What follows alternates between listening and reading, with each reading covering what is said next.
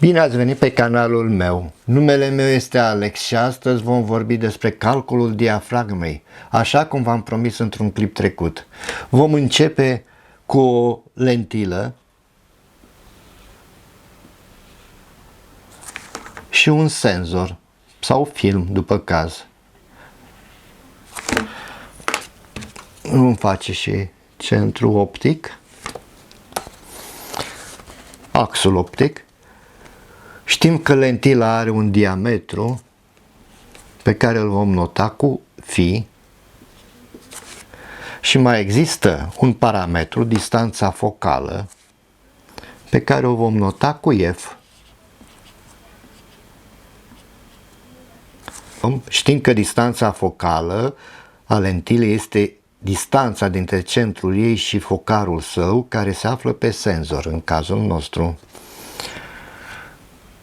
Dacă dorim să înjumătățim cantitatea de lumină, trebuie să înjumătățim și suprafața lentilei. De asemenea, știm că diafragma este raportul dintre distanța focală și diametrul lentilei. O vom nota cu D și este raportul dintre distanța focală și diametrul. Tot așa știm că suprafața lentilei este, am învățat din clasele primare, suprafața cercului este pi r pătrat. Și mai știm că raza este diametrul supra 2. Fiind expuse chestiunile prealabile, vom lua doar ca exemplu, fiindcă dumneavoastră puteți lua alte valori.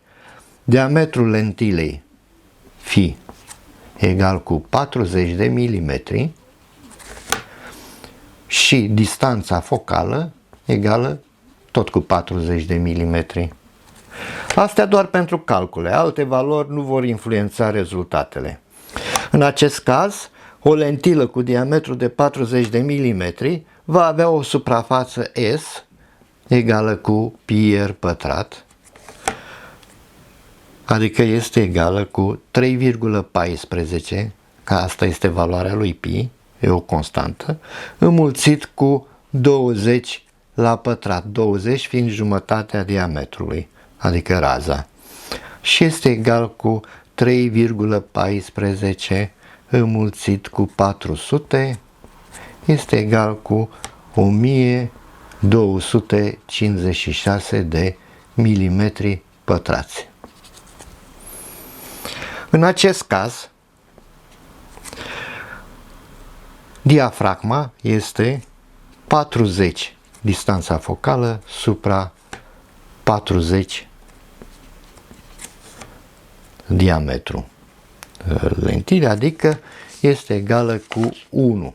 O scriu cu roșu, fiindcă trebuie să rămână, fiindcă este prima diafragmă pe care o vom reține, fiind diafragma la o lentilă deschisă la maxim. Trebuie să știți că un obiectiv cu o diafragmă de 1 este greu de realizat și chiar dacă s-au realizat până acum, acestea au probleme în ceea ce privește claritatea imaginei și aberațiile cromatice mari. Astăzi, obiectivele foarte luminoase au diafragme de 1,2, 1,4, de asta sunt și foarte scumpe, fiindcă sunt greu de realizat. Dacă dorim acum să vedem ce valoare a diafragmei corespunde unei înjumătățiri a cantității de lumină în raport cu diafragma 1, atunci trebuie să vedem care este jumătatea suprafeței. Vom nota S1 ar fi S supra 2, adică 1256 împărțit la 2, adică 628 de milimetri pătrați. Trebuie să vedem în continuare ce diametru de lentilă corespunde acestei suprafețe. Dacă suprafața este pi r pătrat, atunci raza este radical din suprafață supra pi. În cazul de față este 600 radical din 628 supra 3,14, care este egal cu 14,14. Vom lua doar valoarea întreagă a rezultatului pentru a merge mai departe și a fi ușor de înțeles. În continuare,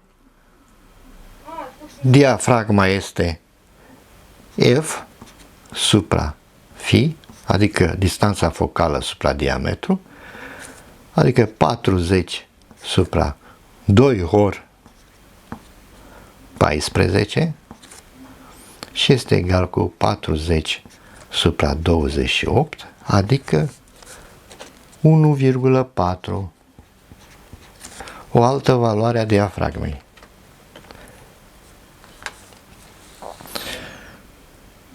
Dacă inițial aveam o diafragmă de valoare 1, care corespunde unei deschideri maxime a obiectivului, în cazul înjumătățirii cantității de lumină, noua diafragmă va fi 1,4. Cred că a sesizat acest mod de calcul, dar să mergem mai departe. Dacă pornim de la diafragma 1,4 și înjumătățim cantitatea de lumină, să vedem care va fi valoarea noii diafragme. La fel, înjumătățim suprafața. Să spunem S2 este egal cu S1 supra 2, adică 628 supra 2 este 314 mm pătrați.